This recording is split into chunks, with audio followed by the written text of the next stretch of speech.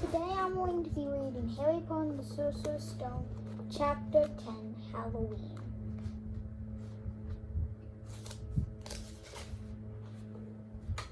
Malfoy couldn't believe his eyes when he saw that Harry and Ron were still at Hogwarts the next day, looking tired but perfectly cheerful. Indeed, by the next morning, Harry thought that meeting the three-headed dog had been an excellent invention. They were quite keen to have another. In the meantime, Harry filled Ron in about the package that seemed to have been moved from Gringotts to Hogwarts. They spent a lot of time when they would possibly need such heavy protection. It's either really valuable or really dangerous, said Ron. Or both, said Harry. But as all they knew for sure was about the mysterious object was that it was about 2 inches long. They didn't have much chance of guessing without further clues. Neither Neville nor Hermione showed the slightest interest in what lay under the dog in the trapdoor. All Neville cared about was never going near the dog again. Hermione now was refusing to speak to Harry and Ron. But she was such a bossy know-it-all that they saw this as an added bonus. And all they really wanted now was a way to get him back at Malfoy. To the great delight, a such thing arrived in the mail about a week later.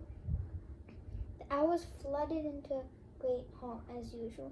Everyone's attention caught at once by a long, thin package carried by 6 large screech owls. Harriet was just as interested as everyone else to see what was in the large parcel and was amazed when the owls soared down, dropped it right in front of him, knocking his bacon on the floor. They had hardly fluttered out of the way when another owl dropped a letter on the parcel. Harry ripped open the letter first, which was ready because it said, "Do not open the parcel at the table. It contains your new Nimbus 2000. But I don't want everybody knowing you've got a broomstick or they'll want one. All want one. Oliver Wood will meet you tonight on the Quidditch field at 7 o'clock for your first training session. Professor M. McGonagall." Harry had difficulty hiding his glee as he handed the note to Ron to read. "A Nimbus 2000, Ron moaned. I never even touched one." They left the hall quickly. One turned left the broomstick private before the first class. But halfway across the entrance hall, they found the way upstairs, bailed by Crabbe and Goyle. Malfoy seized the package, but Harry felt it. "That's a broomstick," he said, throwing it back to Harry with a mixture of jealousy and spite on his face. "You'll be in for this time, Potter. Force users aren't allowed them." One couldn't resist it. "It's not any old broomstick," he said. "It's a Nimbus 2000. What did you say you got at home, Malfoy? A Comet 260? Ron grinned at Harry. "Comets look flashy, but they're not in the same league as the Nimbus." "What would you know about it, Weasley? You couldn't afford half a handle." Malfoy snapped back. "I suppose your brothers have to save up twig by twig." Before Harry could answer, Professor Flitwick appeared at Malfoy's elbow. "Not arguing, I hope, boys," he squeaked. "Potter's been sent a broomstick, Professor," said Malfoy quickly. Yes, that's right," said Professor McGonagall, beaming at Harry. Professor McGonagall told me all about the special circumstances, Potter. "And what model is it?" "A Nimbus 2000, sir," said Harry, fighting not to laugh at the look of horror on Malfoy's face. "It's really thanks Thanks to Malfoy, you have got it, he added.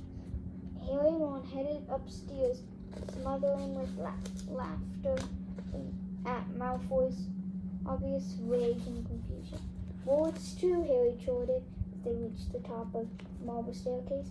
If he hadn't stolen Neville's ramble, I wouldn't be on the team. So I suppose you think that's a reward for breaking the rules, said an angry voice from behind them. Hermione was stomping up the stairs, looking disapproving at the package in Harry's hand. I thought you weren't speaking to us, said Harry. Yes, don't stop now, said Ron. It was doing us so much good. Hermione marched away with her nose in the air. Harry had a lot of trouble keeping his mind on his lessons that day. It kept wandering up to the dormitory where his new broomstick was lying under his bed, or straying off to the Quidditch field where he would be learning to play that night. He bolted his dinner that evening without noticing what he was eating, then rushed upstairs with one to unlock the Nimbus 2000 at last. Wow, Ron sighed as the broomstick rolled onto Harry's bedspread. Even Harry, who knew nothing about different brooms, thought it looked wonderful, sleek and shiny, with mahogany handle, and had long tail, neat, straight twigs, and the Nimbus 2000 written in gold near the top. As 7 o'clock drew near, Harry left the castle and set off in the dusk toward the Quidditch field. He never went inside the stadium before. Hundreds of seats were raised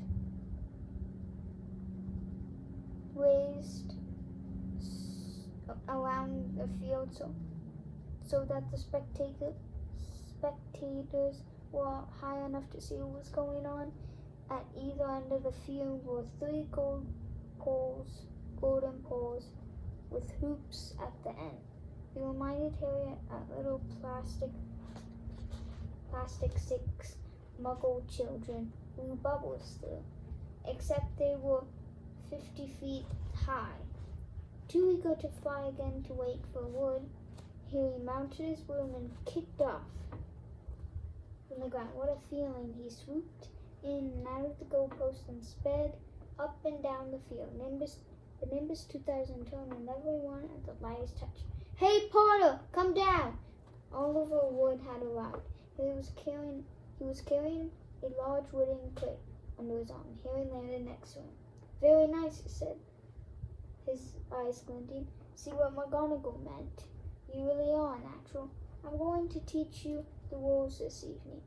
Then you'll be joining team practice 3 times a week.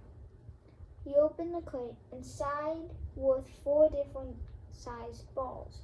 All right, said Wood. Now Quidditch is easy enough to understand, even if it's not too easy to play. There are 7 players on each side. 3 of them are called chasers.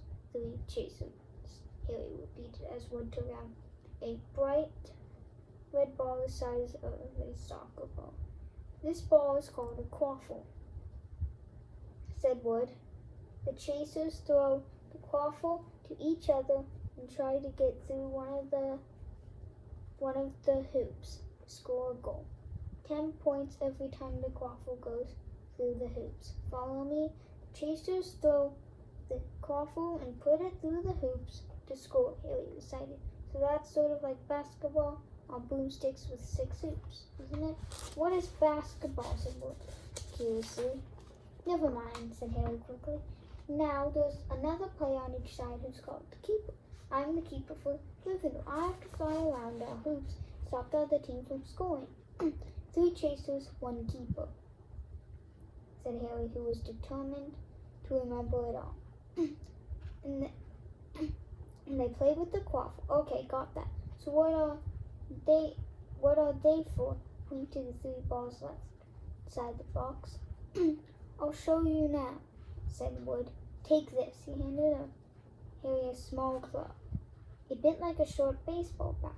I'm going to show you what bludgers do, Wood said. These 2 are bludgers. He showed Harry 2 identical balls, jet black and slightly smaller than the red quaffle. Harry noticed that they seemed to be straining to escape the straps holding them inside. Stand back, Wood warned Harry. He bent down and freed one of the bludgers. At once, the black ball rose high into the air and then pelted straight at Harry's face. Harry swung at it with the bat to stop it from breaking his nose and sent it zigzagging way into the air. It zoomed around their heads and shot at Wood. He dived on top of it and managed to pin it to the ground. Wood panted, forcing the struggling bludger back into the crate, strapping it down safely. The bludgers rocket around, trying to knock players off the rim. That's why you have 2 beaters on each team. Weasley twins are. It's their job to protect their side from the bludgers and try to knock them toward the other team. So you think you got all of that? 3 chasers try and score with the quaffle. The keeper guards the goalpost. Beaters keep the bludgers away from their team. Harry reeled off. Very good, said Wood. Have the bludgers ever killed anyone? Harry asked. Hopefully he sounded offhand. Never at Hogwarts. We've got a couple of broken jaws, but nothing worse than that. Now the last member of the team is the Seeker. That is you, and you don't have to worry about the quaffle the bludgers, as if they crack my head open. Don't worry, the Weasley twins are more than a match for bludgers. I mean, they're like a pair of human bludgers themselves. Wood reached into the crate and took out a 4th and last ball. Compared with the quaffle bludgers, it was tiny, the size of a large walnut. It was bright gold and had little fluttering silver wings. This, said Wood, is the golden snitch, and it is the most important ball of the lot. It's very hard to catch because it's so fast and difficult to see. It's the Seeker's job to catch it. You've got to weave out of the chasers, beaters, bludgers, and quaffle to get it before the other team's Seeker. Because whichever Seeker catches the snitch wins the team an extra 150 points. So they nearly always win. That's why Seekers get fouled so much. A game of Quidditch always ends when the snitch is caught, so it can go on for ages. I think the record is 3 months. They had to keep bringing out substitutes so the players could get some sleep. Well, that's it. Any questions?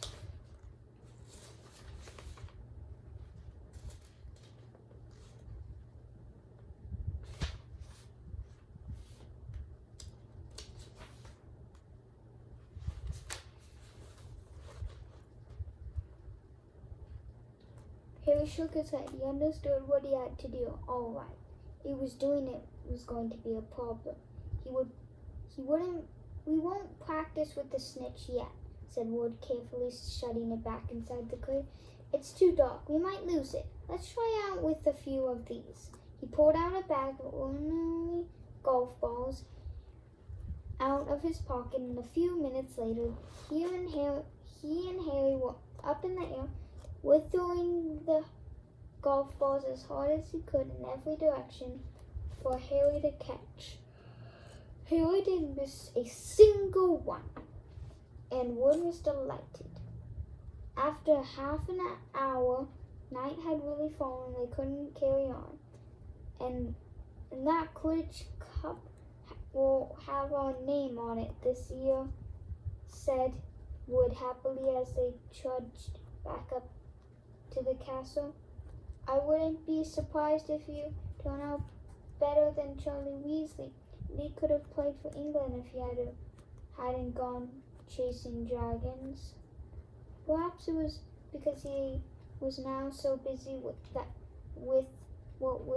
Quidditch practice 3 evenings a week, on top of all his homework, but Harry couldn't hardly believe when he realized he had already been at Hogwarts 2 months, and the castle felt more like home than Privet Drive had ever had.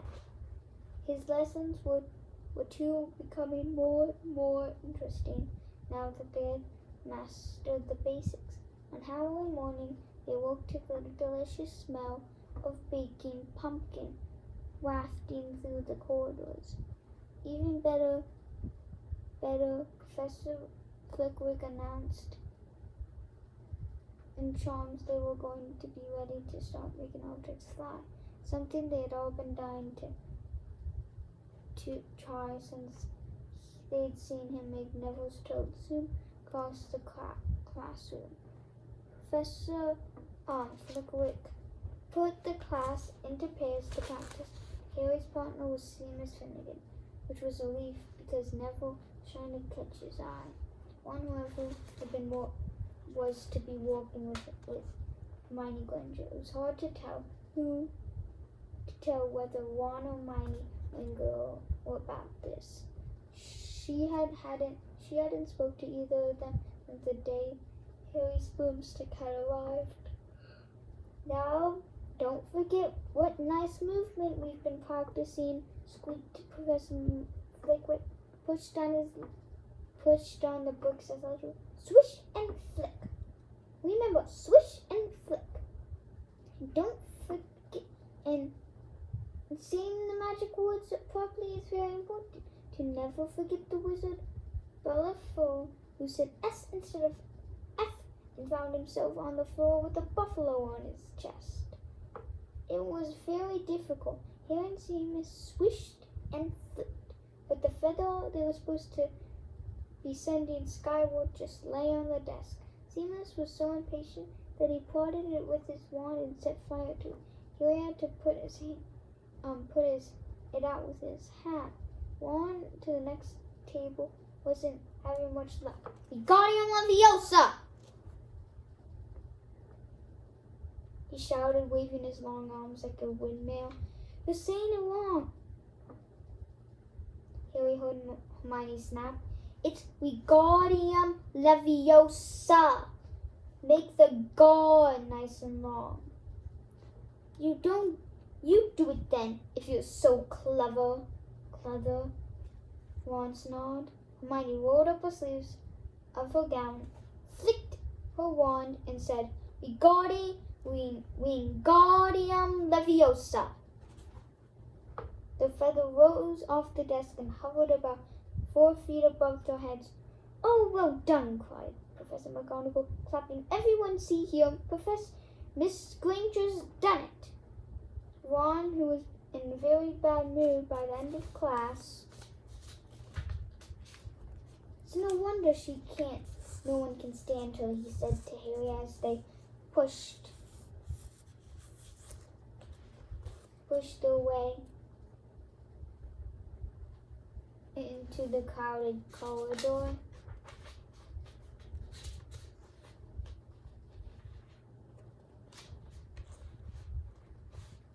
She's a nightmare, honestly. Someone knocked into Harry as they hurried past him. It was Hermione. He caught a glimpse of her face and was startled to see she was in tears. I think she heard you.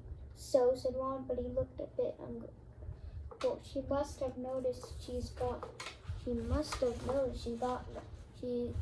no friends.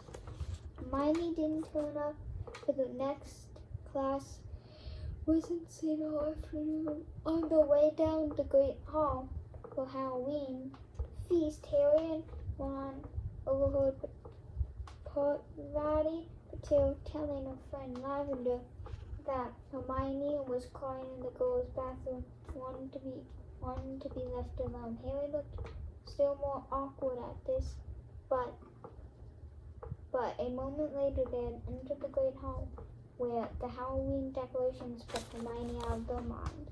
1,000 live bats fluttered from the walls and ceiling, while 1,000 more swooped over the tables in a low black clouds, making the candles and the pumpkins stutter.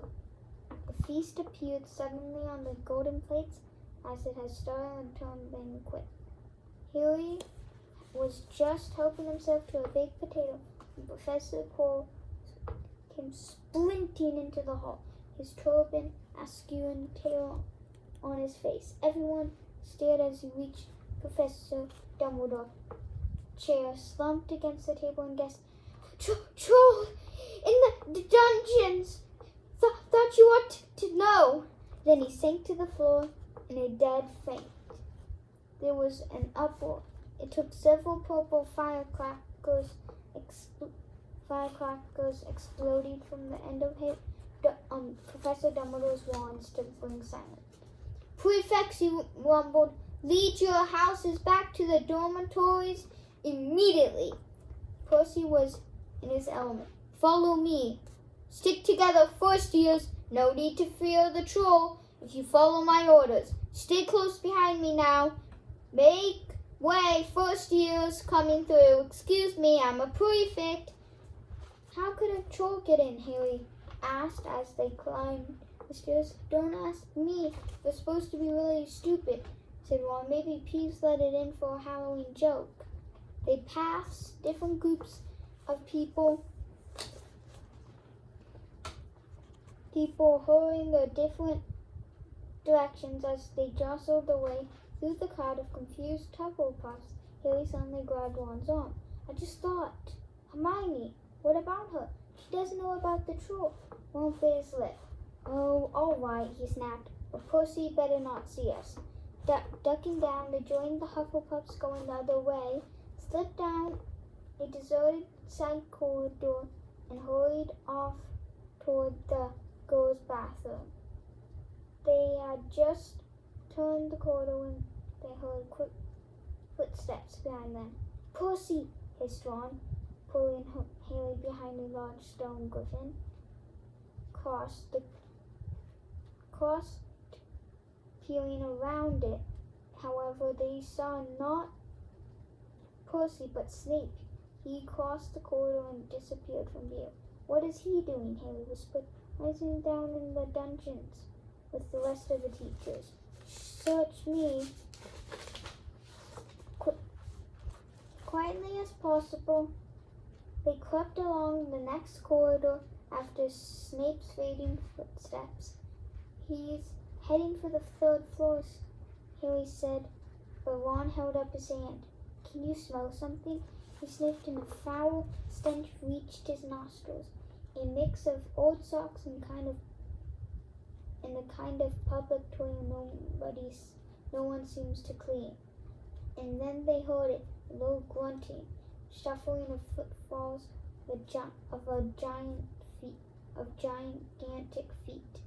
Ron pointed at the end of the passage to the left. Something huge was moving toward them. They shrank into the shadows and watched as it merged into a patch of moonlight. It was a horrible sight. 12 feet tall. Its skin was dull granite gray. Its great lumpy body like the boulder with its small bald head perched on top of the coconut. And it had short legs thick as tree trunks with flat horny feet. The smell coming from it was incredible. It was holding a huge wooden club which which dragged along the floor because its arms were so long. The troll stopped next to a doorway and peered inside, waggled its ears, making up its timeline, and stepped slowly to the door. The key's in the lock, Harry muttered. We could lock it in. Good idea, said Ron nervously. They edged toward the door. Mouse tried, claimed the troll wasn't about to come out, which one great leap Harry managed to grab the key and slam the door locked. Yes! Flushed with the victory, they started to run back up the passage. But as they reached the corner, they heard something that made their hearts stop. A high, petrified scream, and it was coming from the chamber they had just chained up. Oh no, said Ron, as pale as the bloody bearing. It's the girls' bathroom, Harry gasped. Hermione, they said together. It was the last thing they wanted to do, but they had no choice. What did they have? Wheeling around, they sprinted back to the door and opened the key. Fumbling in their panic, Harry pulled the door open and ran inside. Hermione was shrinking against the wall opposite, looking as if she was going to faint. The troll was advancing on her, knocking the sinks off the wall as it went.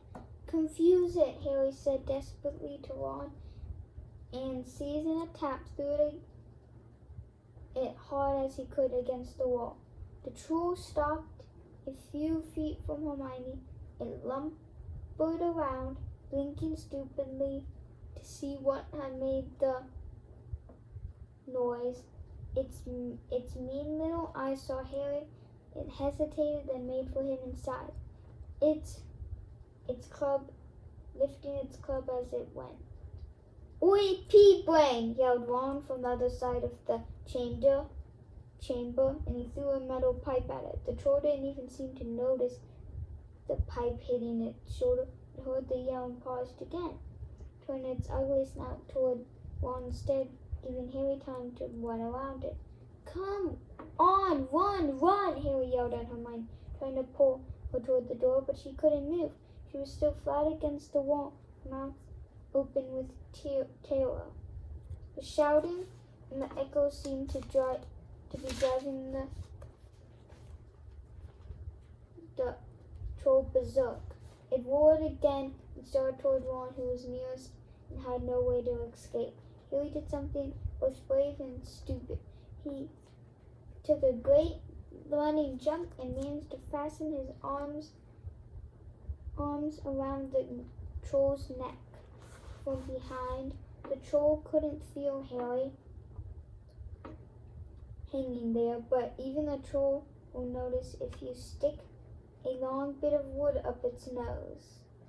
And Harry's wand had still been in his hand when he had jumped, and had gone straight up the troll's nostrils. Howling in pain, the troll twisted and failed its cup with Harry clinging on for dear life. Any second the troll was going to rip him off or catch him with a terrible blow with the club. When he had sunk to the floor in front, he pulled out his own wand, not knowing what he was going to do.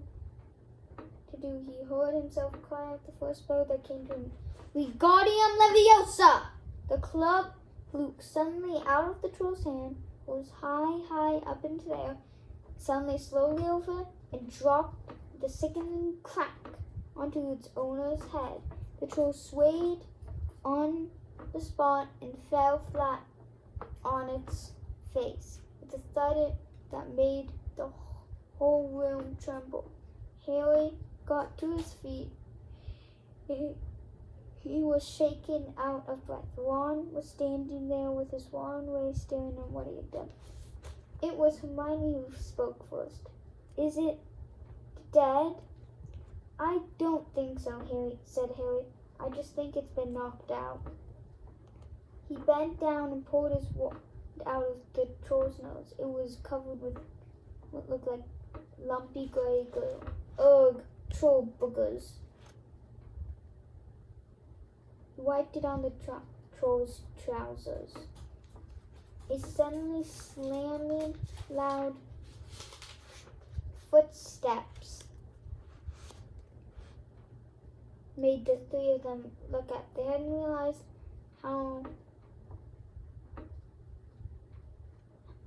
what a racket they'd been making. But of course someone downstairs must have heard the crashes and the troll's roars. A moment later, Professor McGonagall had come bursting to him, closely followed by Snape, with Quirrell bringing up the rear. Quirrell looked at the troll, let out a faint whimper, and sat quietly on a toilet, clutching its heart. Snape bent over the troll. Professor McGonagall was looking at Harry and Ron and Harry. Harry had never seen her look so angry. Her lips were white. Hopes of winning 50 points for Gryffindor faded quickly from Harry's mind. What on earth were you thinking of? Said Professor McGonagall with cold fury in her voice. Harry looked at Ron, who was still standing with his wand there. You're lucky you weren't killed. Why weren't you in your dormitory? Snape gave Harry a swift, piercing look. Harry looked at the floor. He wished Ron would put his wand down. Then a small voice came out of the shadows. Please, Professor McGonagall, they were looking for me, Miss Granger. Hermione had managed to get to her feet at last. I went looking for the troll because I thought I could deal with it on my own. You know, because I thought I could deal with because I've read all about them. Ron dropped his wand. Hermione Granger telling a downright lie to a teacher. If they hadn't found me, I would be dead now. Harry stuck his wand up its nose and Ron knocked it down with its own club. They didn't have time to come fetch anyone. It was about to finish me when they arrived. Harry Ron tried to look as though this story wasn't new to them.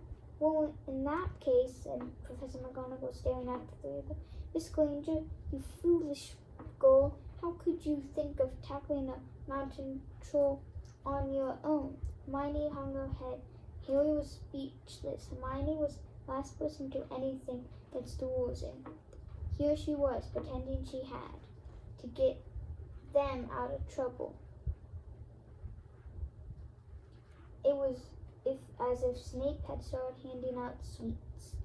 Miss Granger, 5 points will be taken from Gryffindor for this, said Professor McGonagall. Very disappointed in you. If you are hurt at all, you better get off to Gryffindor Tower. Students are finishing the feasts in there. Hermione left. Professor McGonagall turned to Harry and Ron. Well, I will still say you were lucky, but not many first years could have taken a full-grown mountain troll. You each win Gryffindor 5 points. Professor Dumbledore will be informed of this. You may go. They hurried out of the chamber, didn't speak at all until they climbed 2 floors up. It was a relief to be away from the smell of the troll, quite apart from everything else. We should have gone more than 10 points, Ron grumbled. 5, you mean, once she's taken off Hermione's. Good of her to get us out of trouble like that, Ron admitted. Mind you, we did save her. Harry, she might have not been needed saving if we hadn't locked the thing in with her, Harry reminded him. They had reached the portrait of the fat lady. Pigs not dead, they said in answer. The common room was packed and noisy. Everyone sitting in food had been set up. Hermione, however, stood alone by the door waiting for them. There was a very embarrassed pause. None of them looked at each other. Then they all said, thanks, and hurried off to get plates. But from that moment on, Hermione Granger became their friend, and there was some things you can't share without ending liking each other. And knocking out a 12-foot troll is one of them. If you want to listen to Chapter 11 of Harry Potter and the Sorcerer's Stone, you will have to wait for the next video. Please like and subscribe.